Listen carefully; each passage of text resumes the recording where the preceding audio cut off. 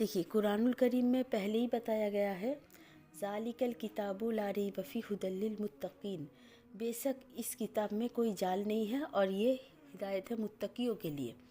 تو اس میں دو باتیں ہیں، ایک تو یہ کہ اس میں کوئی شک نہیں، یعنی کہ اس میں کوئی غلطی نہیں، یہ کتاب بالکل ایک دم پرفیکٹ ہے، اس میں کوئی غلطی آپ کو ملے گی نہیں۔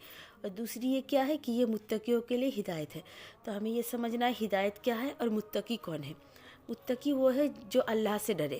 جب آپ کوئی گناہ کرے اور آپ کے دل میں یہ خوف آئے کہ میرا رب مجھے دیکھ رہا ہے، بھلے ہی کوئی مجھے نہ دیکھے، وہ صبح کے اجالے میں ہو یا رات کے اندھیرے میں ہو، آپ کو معلوم ہے کہ آپ کا رب آپ کو دیکھ رہا ہے، یہ یقین جب آپ کے دل میں ہے اور اس کے ساتھ آپ اس گناہ سے دور جاتے ہیں تو یہ ہے تقویٰ۔